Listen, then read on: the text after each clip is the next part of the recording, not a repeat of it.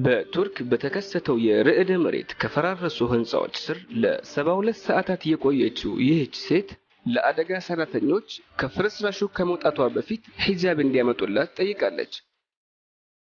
በዚህ በፈራረሰ ህንጻ ስርና በአስጨናቂ ሁኔታ ውስጥ ሆና እንኳን ስለ ሂጃቧ ትጨነቅ ነበር። ሂጃብ ሳታመጡልኝ ጸጉሬ ክፍት ሆኖ በዚህ ሁኔታ አልወጣም አለቻቸው። አላህ ቆጥረን የማንጨርሰውን ጸጋ ሰጥቶን ሳለ እርሱን መወንጀል አይገባምና ለሂጃብ ዝንጉ የሆኑ እህቶቻችን ከዚህ ጀግና ሴት ትምህርት ሊወስዱ ይገባል። የትም ብንሆንም አላህን መፍራት አለብን። አሁን ኢንሻአላሁ ተዓላ የምንመለከተው عن صفات وشروط الحجاب የምንለብሰው የሂጃብ መስፈርትና እንደሁም መገለጫውን ይሆናል። በርካታ ሴቶች ሂጃብን ለበስን በሚል እርቃናቸውን የሚንቀሳቀሱና የሚንዘላዘሉም ስላሉ ነገሩ ግን በዛ መልኩም ስላልሆነ እኛ የምንለብሰው ሂጃብ አልመስሩዕ በሸሪዓችን የተገለጸው ሂጃብ የትኛው እንደሆነ ኢንሻአላሁ ተዓላ እንመለከታለን ማለት ነው። ቁጥር 1 أن يكون الحجاب سمينا ሂጃቡ ደንደን ያለ ወፈር ያለ መሆን አለበት። በጣም ይሳሳ መሆን የለበትም። ስስ የሆነ ልብስ ለብሰው ተሸፈንን ብለው ሳይሸፈኑ የሚሄዱ ከሆነ አሁንም በቀብርም ሆነ የውመል ቂያማ ከመጠየቅ ነፃ አያዋጣቸውም ማለት ነው። ስለዚህ ነምበር 1 የምንለብሰው ሂጃባችን በጣም የደነደነና ወፈር ያለ ልብስ መሆን አለበት። በልብሱ ላይ ስናይና ስንመለከት የኛን ሰውነት ከለርና መልኩን ማሳየት ከቻለ ይሄ ሂጃብ አይባልም ማለት ነው። እኛ ሂጃብ የለበስን እንኳን ቢመስለንም አልለበስንም እርቃናችንን ነን ማለት ነው። ሁለተኛ ደረጃ ወአየኩነ ሳቲራን ሊልበደን ሰውነታችንን የሚሸፍን መሆን አለበት። የኛን ሰውነት መሸፈን ካልቻለ አሁንም ላ ይሰማ ሂጃበን መሽሩዓን ይሄም ሂጃብ ተብሎ አይሰየምም። አልሂጃቡል መስሩዑ በጣም ሸሪዓችን ውስጥ በጥብቅ የተነገረው ሂጃብ هو ما يستر البدن ሰውነትን የሚሸፍንና መከላከል የሚችል ነው ማለት ነው። ሶስተኛ ደረጃ አላ የኩነ ضيقا በጣም ጠባብ የሆነ ልብስ መሆን የለበትም። እኛን የሚወጣጠር ልብስ መሆን የለበትም።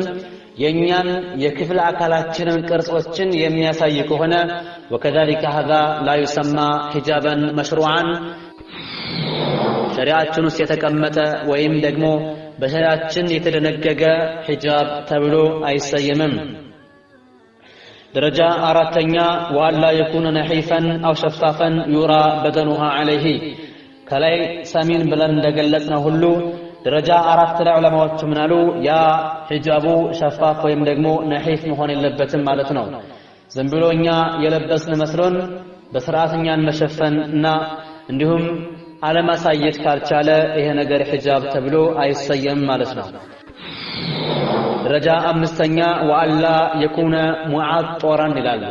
የተሻተተና እንዲሁም ሹህራነትን በማሰብ ሰው ዘንድ ለየት ባለ መልኩ ለመታየት የሚገፋፋና በጣም ሽቱ ያለበት መሆን የለበትም። ይሄም ነገር ሐራም እንዲሁም ክልክል ይሆናል ማለት ነው። ደረጃ 6ኛ ወአላ ዩሽቢሃ ሊባስ الرجال والكافرات የአመት አላህ ይሄን ነጥብ ኢንሻአላህ ልብ ማለት አለብን። እኛ የገዛነውና እንዲሁም እየለበስን ያለነው ሂጃብ የወንዶች ልብስ ጋር መመሳሰል የለበትም። እንዲሁም ደግሞ ካፊራቶች ጋርም ያለው ልብስ ጋር ተመሳሳይ መሆን የለበትም። حتى يكون الحجاب حجابا مشروعا እስልምናችን ሂጃብ ልበሱ ያለንን ሂጃብ ለበስን ሊባል ዘንድ ያ ልብስ ከወንዶች ጋር የሚመሳሰል መሆን የለበትም ማለት ነው። ለምን ከተባለ ረሱሉል አሚን ሰለላሁ ዐለይሂ ወሰለም እንደገለጹት ያን ሂጃብ ወይም ሴቶች የሚለብሱት ልብስ ከወንዶች ጋር የሚመሳሰል ከሆነ በእነሱ ላይ የአላህ እርግማን አለባቸው። የወንዶችም የለበሱት ልብስ ከሴቶች ጋር የሚመሳሰል ከሆነ በእነሱ ላይ የአላህ እርግማን ይወርድባቸው ብለው ታላቁ ነቢያችን አለይሂ ሰላቱ ወሰለም ስለገለጹልን፣ ስለዚህ ወአላ የኩነ الحجاب አው ሊባሱ يشبه لباس الرجال والكافرات በአላህና በነቢያችን ያላመኑ የካህዲያንን ልብስና እንዲሁም ከወንዶች ልብስ ጋር የሚመሳሰል መሆን የለበትም። በዚህ መልኩ አድርገን ሒጃብ ላይ መጠናከር አለብን። ያ አመተላህ እኛ አላህ ሱብሓነሁ ወተዓላ የፈጠረን አለይሰ ከይ ነዕቡደህ አላህን እንድንገዛው ከሆነ አላህ የፈጠረን ፈላ ቡደ ሚን አን ነፍዐለ አዋሚረህ አላህ ሱብሓነሁ ወተዓላ ያዘዘንንና እንድንፈጽም የነገረንን ነገር ሁሉ ልንፈጽም ይጠበቅብናል ማለት ነው። አልያ ነገራቶችን በዘፈቀዳችንና በስሜታችን የምንመራቸውና የምንንቀሳቀስባቸው ከሆነ የውመል ቂያማ እንቀጣበታለን።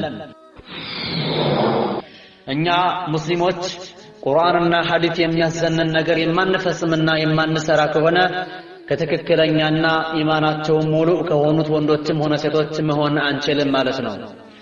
አንዳንድ እህቶቻችን እንዲህ ሲሉ ይስተዋላሉ። እኔ ሂጃብ ልበስ የምባለው አላህ ሱብሓነሁ ወተዓላ የሰጠኝን ውበቴን ለመሸፈን ነው እንዴ? እንዴት አድርጌ ነው ሂጃብ የምለብሰው?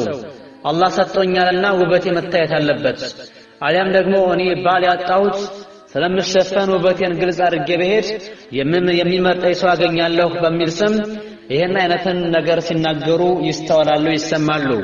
አንቲ ያ አመተላህ አንቺ አላህ ባሪያ ኢተቂላህ ሐይቱማ ኩንቲ የትም ቦታ ብትሆኚ አላህን ልትፈሪ ይገባል። ሁሉም ሰው የሚኖረው እንደ አላህ መሻ ነው። ሁሉም ሰው የሚኖረው እንደ አላህ ውሳኔም ስለሆነ አላህ ሱብሓነሁ ወተዓላ ትዕዛዙን የምንፈጽም ከሆነና አላህ ያዘዘውን ስራ የምንሰራ ከሆነ ዱዓ አድርገን አላህን ከተማሰነው አላህ ሱብሓነሁ ወተዓላ ዱዓችን ተቀብሎ ዓላማችን ያሳካል።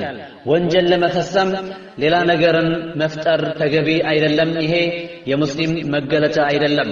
አላህ ሱብሓነሁ ወተዓላ የሆነን ስራ እንድንሰራ አዞን ሲያበቃ እኔ ይሄን ስራ የምሰራው ይሄ እንዲሆን ነው እንዴ? ለምንድን ነው ይሄን ስራ የምሰራ ተብሎ አላህ ላይ ተቃውሞ ማድረግ ይሄ ተገቢ አይደለም።